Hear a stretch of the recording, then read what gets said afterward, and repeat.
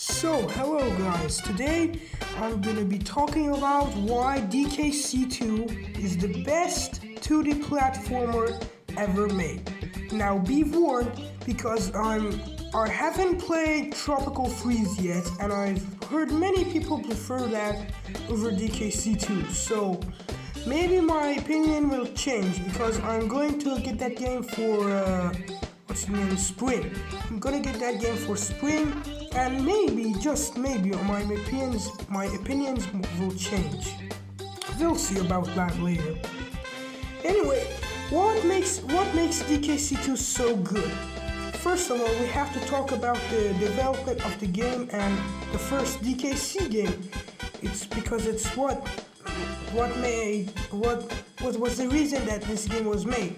So after DKC 1 came out in 1994, it was a huge, and I mean huge success because it sold 9.3 million copies, and it became the third best-selling Super Nintendo game.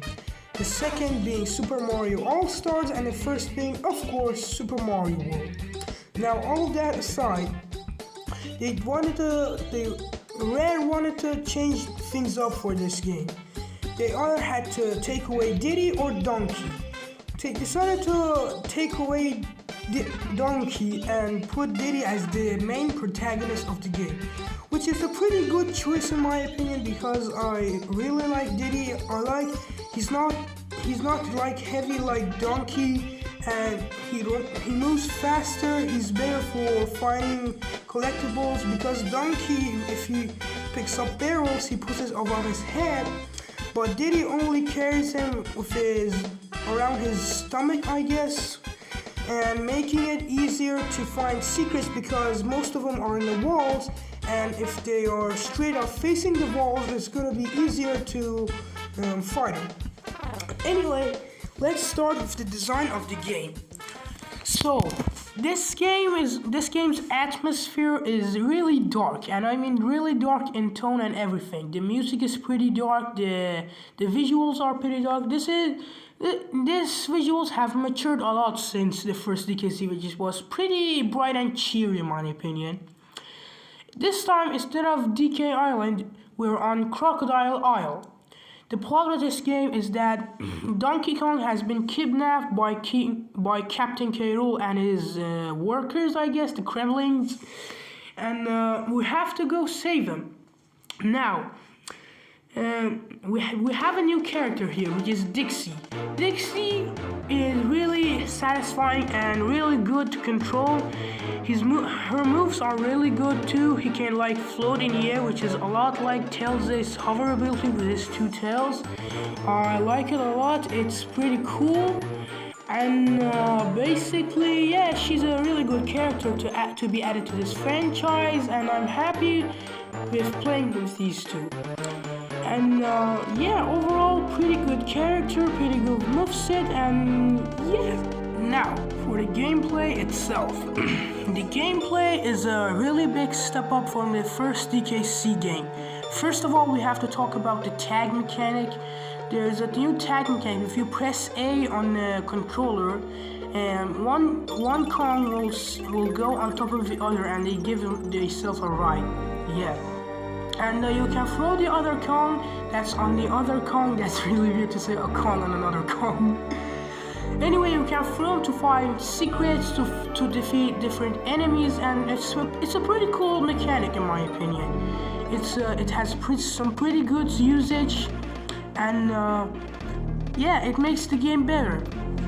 So let's talk about the worlds in the game. We have a couple of them. First of all is Game Playing Galleon. The game immediately starts after the first DKC game ends. The Kremlings have kidnapped Donkey Kong, and now Diddy and Dixie have to go save him. And Game Playing Galleon is pretty good. It has really good levels, it has really good music. The second world we moved to, I don't know what was the second world's name, but it's a lava world. It's full of lava, and it's good too. There isn't any bad game. There are some levels that maybe are questionable, But that's kinda it. The lava world is good.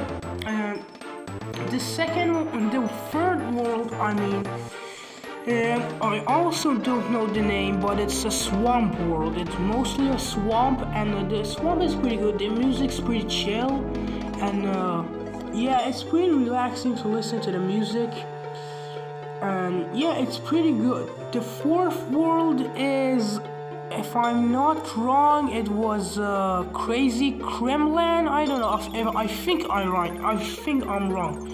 Maybe not. Maybe yes. Who knows? Hold on. Yeah. It was Crazy Kremlin. Hold on.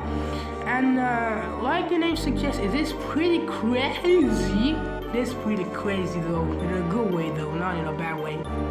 And yeah, it's pretty good. You have a fucking the Minecart Rebels are just a huge improvement on the first one because of the aesthetics. You're on an unfinished theme park, and basically instead of riding a cart like a minecart, you're driving on a giant mouse's skull. Like, how the fuck is that not funny?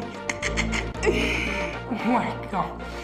Anyway, Crazy Kremlin is also really good to play as. And the fifth world, is Gloomy Gulch or something of that, like that. And it's a forest. It has a lot of forest levels. And yeah, these forest levels are also really good. Like, god damn, there isn't a single word that's bad. Am I wrong? Anyway, after playing through Gloomy Gulch, we finally reached the final world of the game, K. Rool's Keep. And basically this is King K. Rool's castle. And the atmosphere, the visuals are really dark, and they fit the mood pretty well. The music is also really epic. The music was the music that was just playing before this track. And anyway, after we defeat King K. Rool, or Captain K. Rool, the Donkey Kong gets freed, and I just want to say that I love K. Rool's attitude.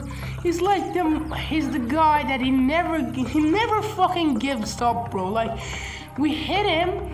Like, he goes down for the first time, but he gets back up. We hit him again, he gets back up again. And for the fourth or third time he gets back up, DK finally gets angry and fucking uppercuts him through the roof. Bro, this game is just hilarious, bro. I can't believe this. Like, I can't believe, bro, this is so funny. Anyway, let's talk about other aspects of the game.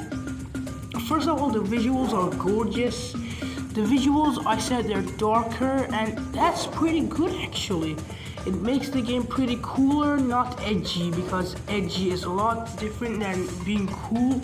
Cool is different than edgy, okay? Anyway, this just makes the game better anyway. And the animal bodies we have, this is probably the best game with the animal bodies. We have a lot of them. Rambi returns from DKC1, he acts the same.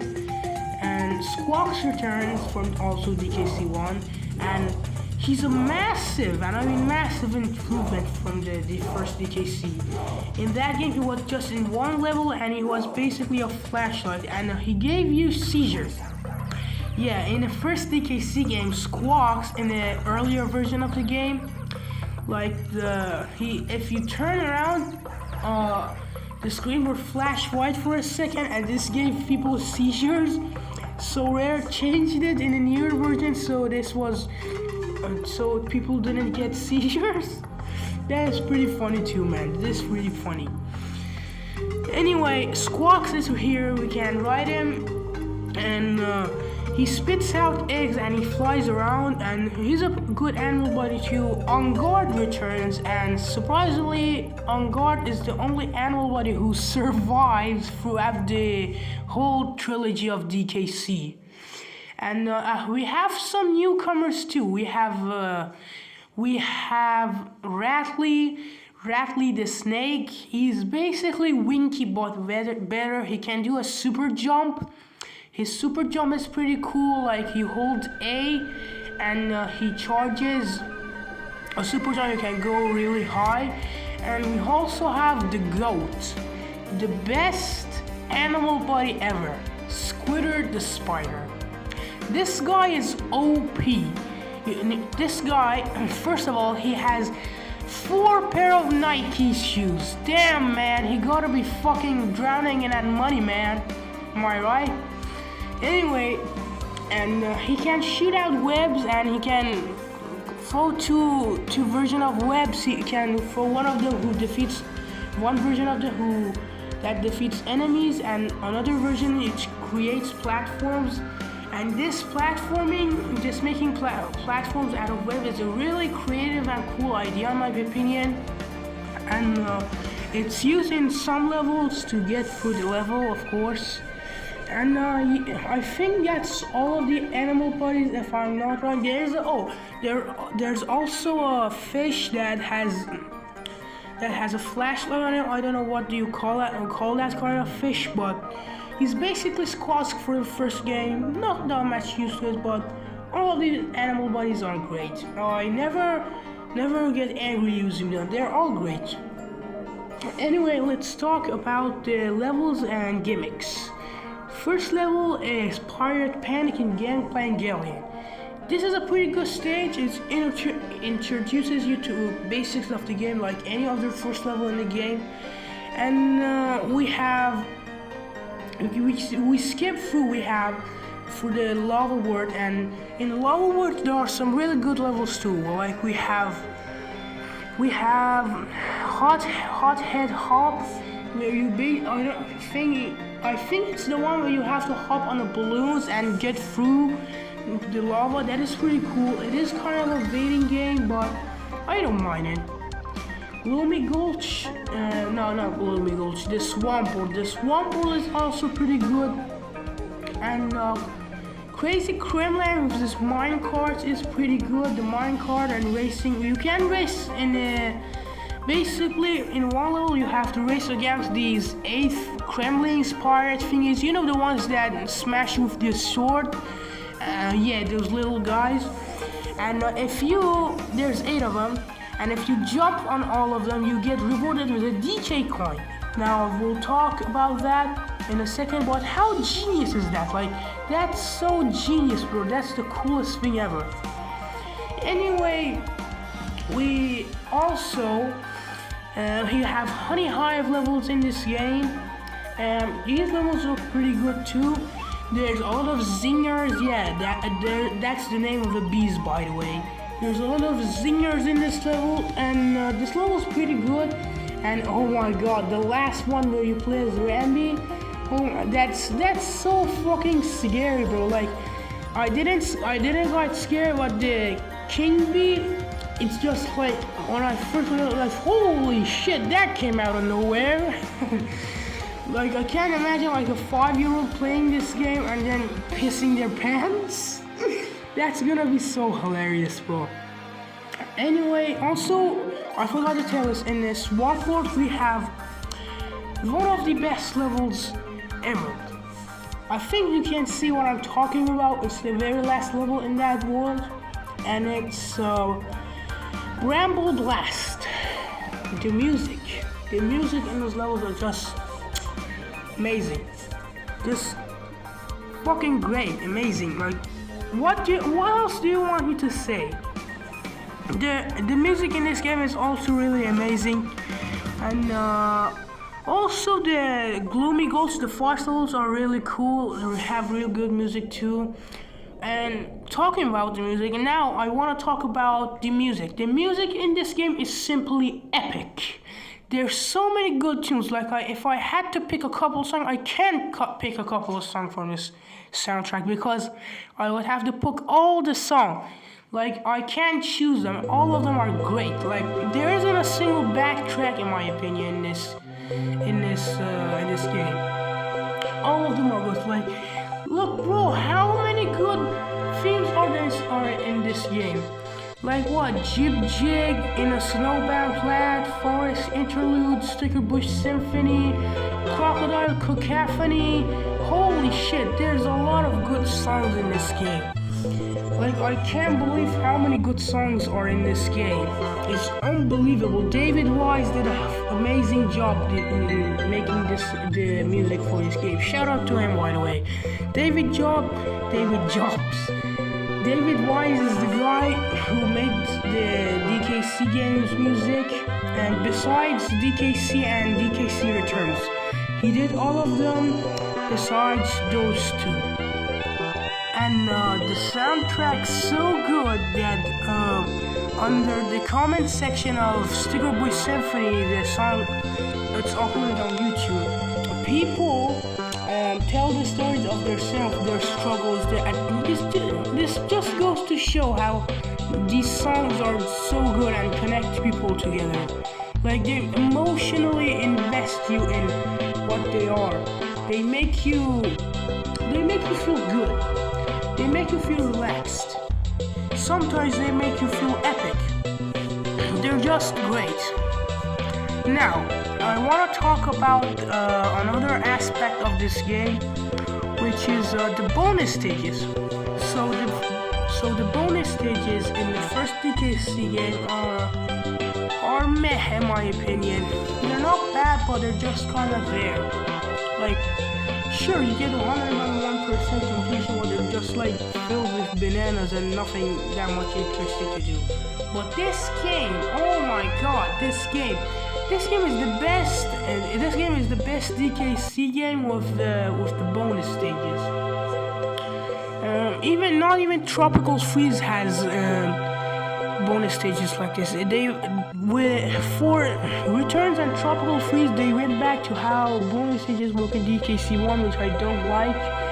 That's just getting bananas. But in this game and DKC3, bonus stages are really great. There are 3 types of bonus stages. One of them where you have to complete a challenge or walk or jump around the platforms to get your reward. The second one, you have to grab some stars, grab the required amount together, and another version of them is that you have to kill all the enemies that are there to get your reward. Now, what are these rewards? Well, they're currencies. How many currencies? There are 3 types of currencies in this game. First of all, there's banana coins. Banana coins are really easy to get in everywhere, like they're everywhere, so you're never short on them. You use them for Cranky Kong. He gives you hints. You can use banana coins to pay him, so he can give you hints. You can pay banana coins to Funky Kong, so you can go fast travel like in the first DKC game. And we have to talk about a new character, which is Wrinkly Kong, which is the wife of Cranky Kong. This Kong basically saves your game and gives you hints about game mechanics. And you can save your game the first time you meet him after a couple levels, but after that you have to pay him 2 banana coins to save. Like, that's one of the okay aspects of the game. Like, it's not hard to get 2 banana coins in any level, like they're everywhere, so never get short of it. Like, but like, why, bro? Why is saving have? Why is saving have to be with money, bro? Like, that's pretty stupid if you ask me. So the other 2 rewards you get from bonus stages are Kremlin coins and DK coins. No, DK coins are separate. You get Kremlin coins. What are Kremlin coins? Well, there's kind of currency that you can spend to give them a Kremlin. The Kremlin is called Klubba. It has a big what's the